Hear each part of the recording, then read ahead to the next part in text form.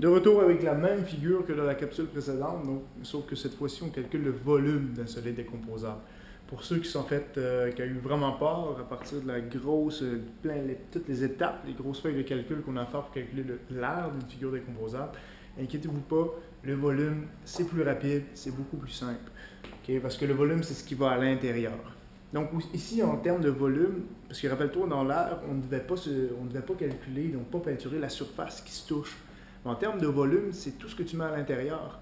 Donc tu vas calculer finalement le volume total de la figure du haut et le volume total de la figure du bas, et tu additionnes les deux au final, et ça te donne le volume total de cette figure décomposable-là. Donc tu n'as pas besoin d'avoir de soustraction, tu n'as pas besoin d'enlever des trucs, tu le fais vraiment section par section et c'est terminé. C'est-à-dire quoi? Je calcule le volume de mon prisme ici qui est à base triangulaire. Donc qu'est-ce que je fais pour calculer le volume d'un prisme? C'est là de la base fois sa hauteur. Bien entendu, un prisme, ça vient tout le temps avec deux bases et j'en ai trois. Donc ici, mes bases, c'est des triangles. Donc je dois trouver dans un premier temps l'aire de ma base. Donc l'aire de ma base, c'est base fois hauteur divisé par 2 puisque c'est un triangle. Donc 6 qui se retrouve à ma base fois la hauteur qui était 4. Je divise le tout par 2 et ça fait 12. 6 fois 2, 20. 6 fois 4, 24, divisé par 2, 12 cm². Et là, je peux venir insérer finalement mon 12 ici. Et ma hauteur, c'est 4. Excuse-moi, la hauteur, c'est 4. J'ai fait la même erreur que bien des jeunes font lorsqu'ils regardent ça. Ma hauteur de mon prisme n'est pas 4. Ce n'est pas cette hauteur-ci, mais c'est bien cette hauteur-ci. C'est la distance qui sépare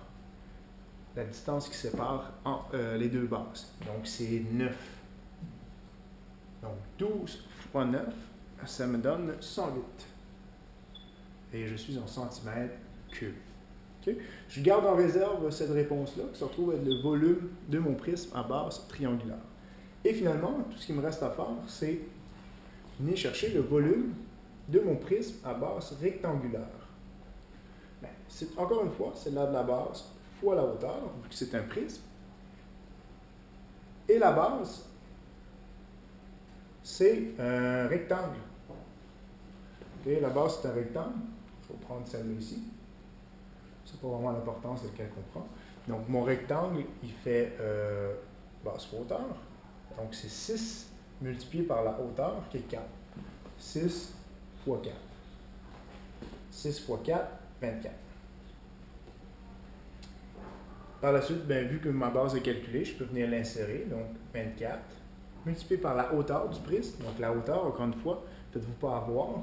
Mon 4, je l'ai déjà utilisé. Mon 6, je l'ai déjà utilisé.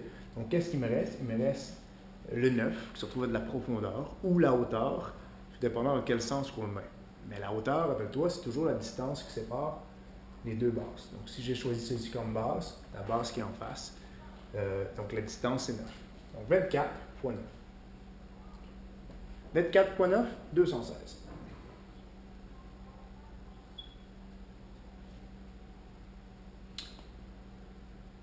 Par la suite, je garde ça en réserve, à la 3 bien sûr, parce que c'est des volumes. Et vu que je voulais le volume total, donc j'additionne la totalité, donc 108 plus 216, et ça me donne un volume total de 324 cm3. Et le problème est terminé.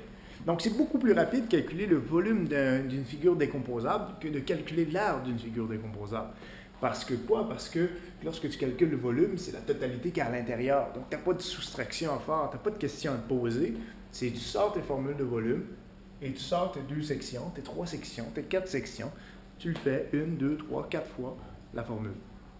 Et tu t'additionnes le tout à la fin pour donner le volume total.